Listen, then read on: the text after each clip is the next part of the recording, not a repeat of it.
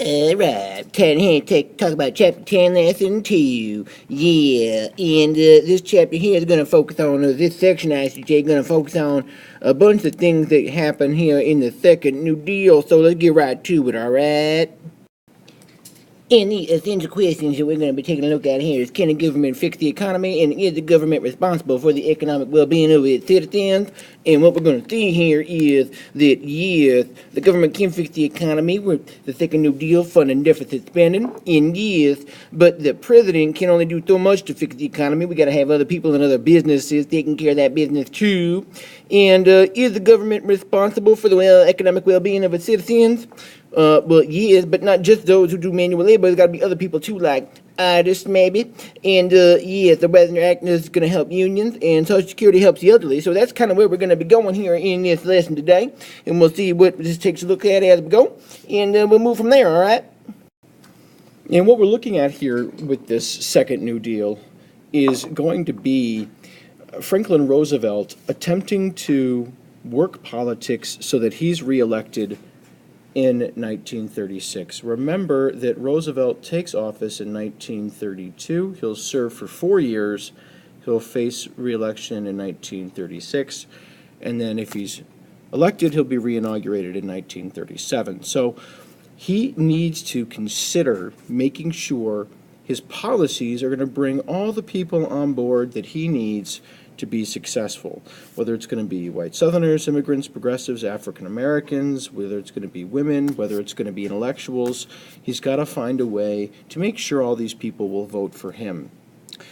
So, in 1934, 2 years into his first term, Roosevelt's going to step back and he's going to say, what does America look like at this point in time? And he's going to be looking at an unemployment rate that really is gotten better, right? Here's where Roosevelt takes office, 1932. Almost 1 out of every 4 Americans is unemployed. And within 2 years, the unemployment rate has fallen dramatically. But there's still way too many people unemployed, especially compared to the unemployment that we saw in 1929.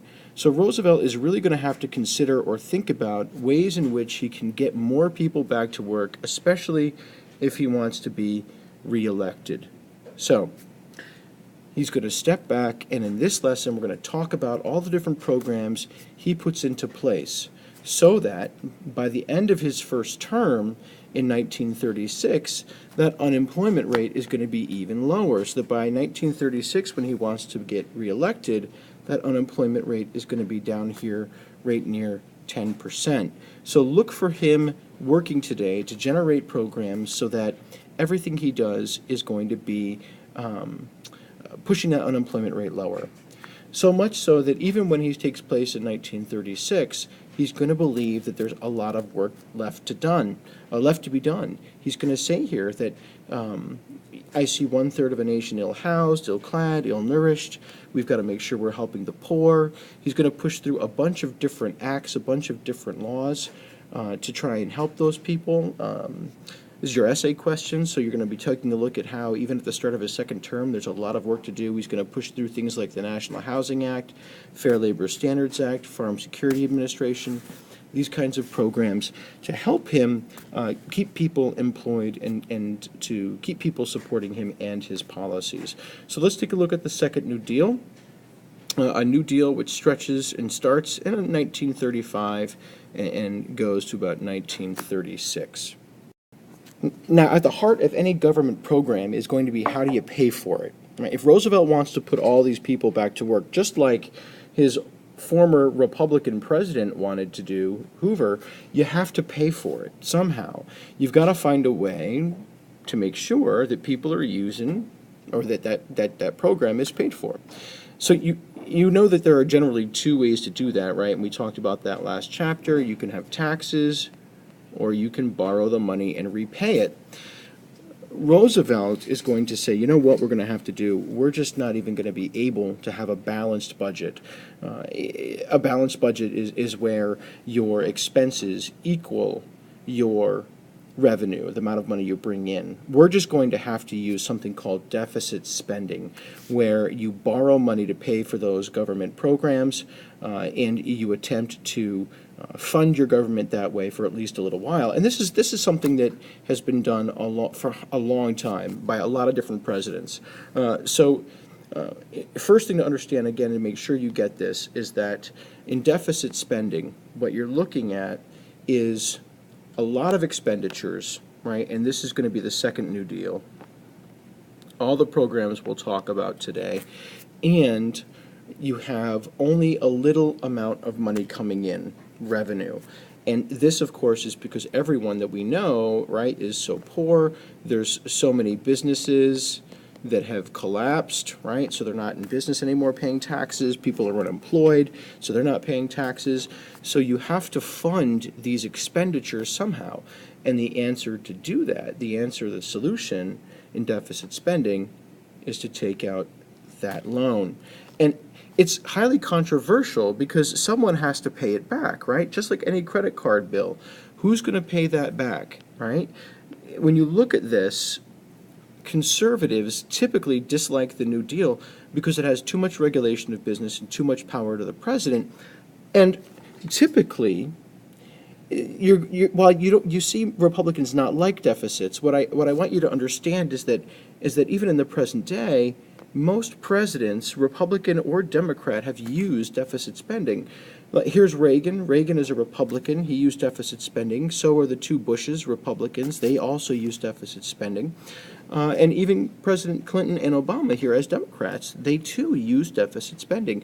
Every time you see a line here beneath the 0% marker, that's a deficit where our government spent more money than it made, so it needed to take out loans.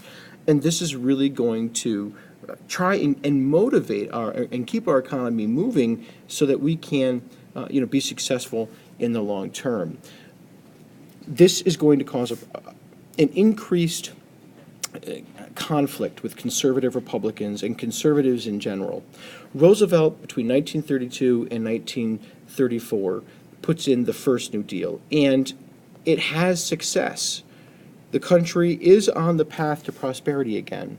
And conservatives are going to say, all right, it's time to back off. It's time to get government out of the economy again. Let's let things begin to pick up on their own. And whereas Roosevelt is saying, actually, no, it's not. We need to continue to do more. We have to deficit spend. We need more government programs to lower that unemployment rate even further. And that's going to create a lot of conflict that we're going to see a little bit later on in this lesson and in the next lesson. So let's take a look at these programs that Roosevelt's going to make. The really big one of the second New Deal that makes a huge amount of difference in lowering that unemployment rate and getting people to support Roosevelt is the Works Progress Administration. They are going to build more public works than any other group that we've talked about so far. And remember, we've talked about a lot, right? The Emergency Construction and Relief Agency under Hoover.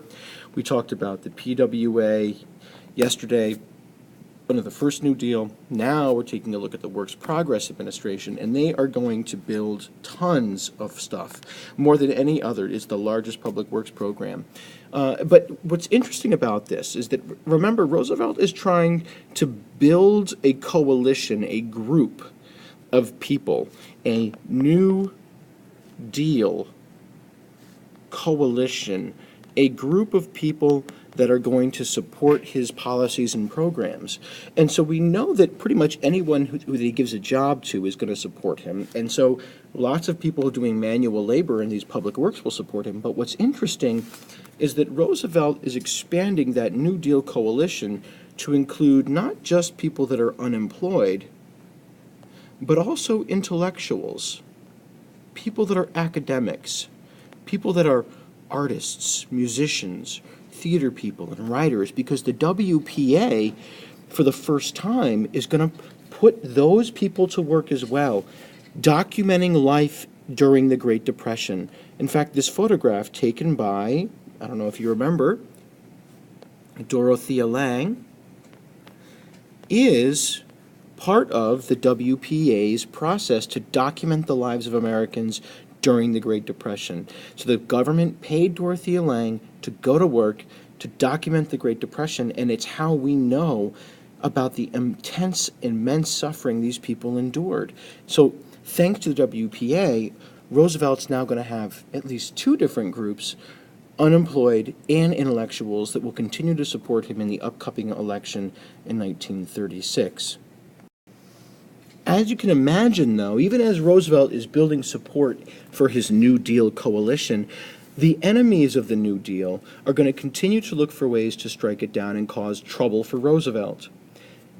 Conservatives, Republicans, are looking for ways to slow it down in Congress, and the Supreme Court at the time is also very conservative and Republican, and they're going to issue a number of decisions as the Supreme Court that show they strongly oppose President Roosevelt's New Deal.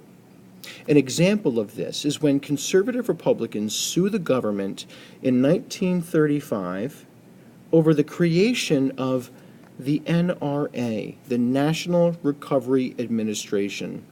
Their job was to create new wages, or almost what you can consider a minimum wage.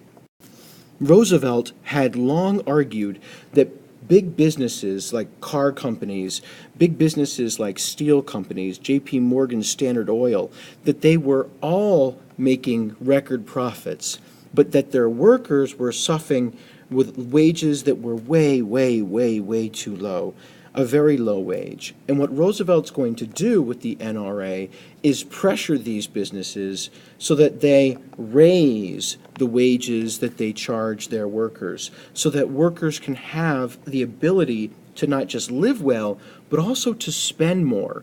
Because let's not forget, our economy is a consumer economy, and it means we have to spend money to get our economy moving. But that's also a government regulation. Everything about this minimum wage cartoon shows government interference in business. Conservatives don't like that. They sue because they feel President Roosevelt is using too much of his power, and the Supreme Court declares that to be so. They say the National Recovery Administration is unconstitutional. It's against the law. Congress is the only people or the only group that can regulate business, not the president. If Congress wants to make a minimum wage, that's their business, but not the president.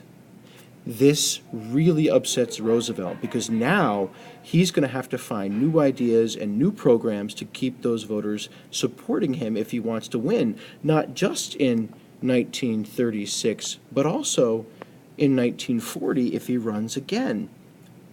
So we're going to take a look at what Roosevelt's going to do to continue to promote people to join his New Deal coalition, even after the Supreme Court strikes down some of the programs as unconstitutional.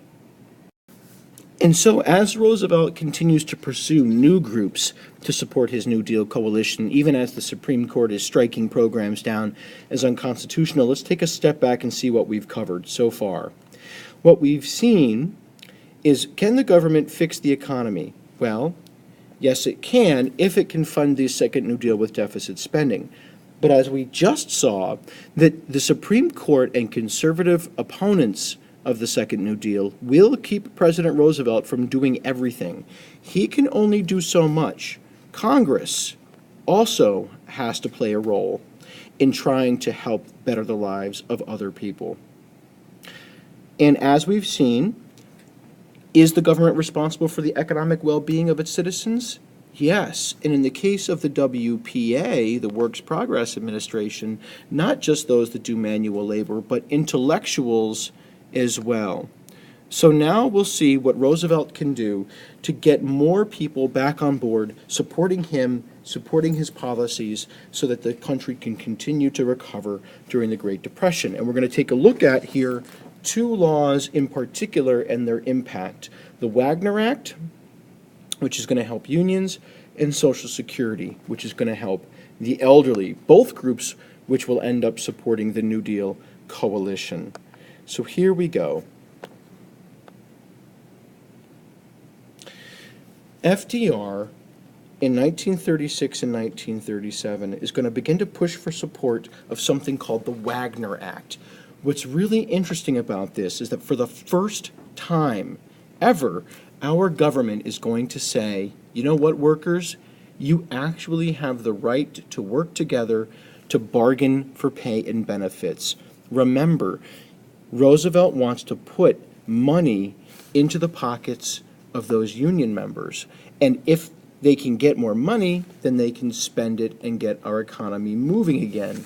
One of the ways to do that is to help unions bargain for that higher pay, that higher minimum wage. Remember, the NRA, which promoted minimum wages, was struck down as unconstitutional. So how can we begin to get those wages up in different ways? Well, let's encourage unions to bargain for them. And this law actually says, look, there's a way for you to actually guarantee that, and it's a return of that issue of arbitration. And now that it's passed in law, it's legal. You have to abide by it. So you can take your complaints in, you can complain, an independent neutral party hears and issues a decision. And that really will encourage workers to stand up for themselves. So much so that even some workers who are working for better pay, like in the automotive factories, will engage in something called sit-down strikes. Now here's how this works. In GM, General Motors, the car company up in Detroit, they're not paying their workers enough. They're not giving them the kinds of safe workplace conditions they want. So what's going to happen is that the United Auto Workers will sponsor a sit-down strike in the factory called Fisher Number 1. And they're going to be on strike for 11 days, at least in the month of February, and then it's going to actually continue on for months afterwards in different places. But what you'll see is them actually refuse to leave the factory. They move into the factory and they stay there. A diner from across the street provides them with over 2,000 meals. The doctors are brought in to care for those that are hurt and wounded when GM sends in the police to try and storm and drive the workers out. But they are so united, these workers are able to force General Motors, by shutting down their factory, by refusing to leave, to raise their pay and make their working conditions safer. And it spreads. First it's in factory Fisher Number 1, it spreads to factory Fisher Number 4, and it goes to different factories all across the country as people begin to support workers and sit down and occupy these spaces and refuse to move until their demands are met. And the public will support this. So, what does this look like then in terms of the New Deal coalition? Well, this means that Roosevelt not only has unions on his side, he has manual laborers on his side, people that do factory work.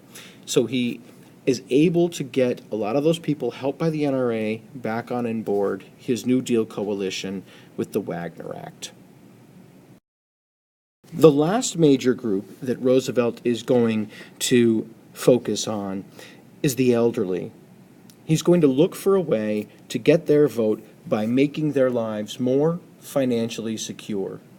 Every month when you turn 65, you get a check. That's called Social Security. You still do. That program is still in place. You have a Social Security card, looks a little bit like that one I just drew the arrow to.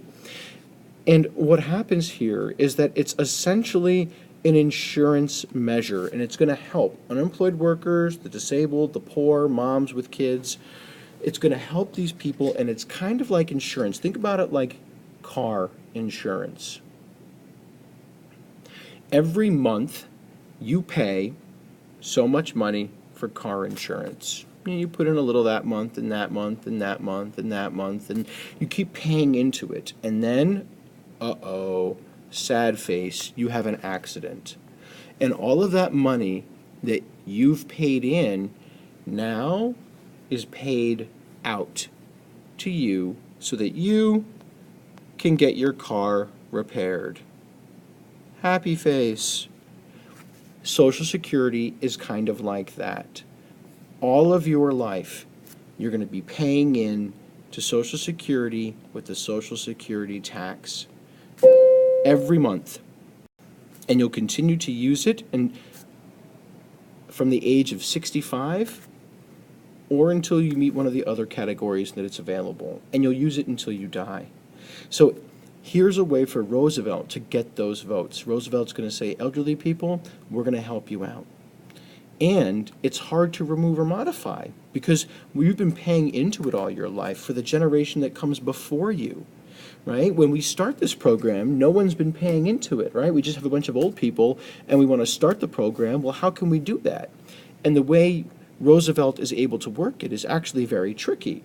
So here's all of our old people. We'll make the old people blue.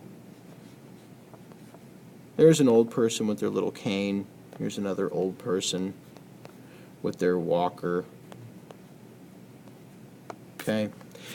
Now these people are going to start receiving Social Security right now in the year 1936. Well, no one's paid into it before, so how are we going to make sure that people, the elderly, have the money they need? Well, here's the people in America still working in red. And every month, they're going to pay into that insurance program. They're going to pay that tax. They're going to pay that insurance measure. And that money is going to be sent to the elderly currently alive. Now, why does that matter, you say?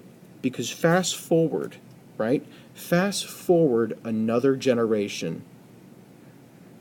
The elderly have died off, and those working people that we've seen before, those working people are now the elderly. 30 years has gone by, and those people that worked now have their walkers and their canes, and their kids are now the ones that are working.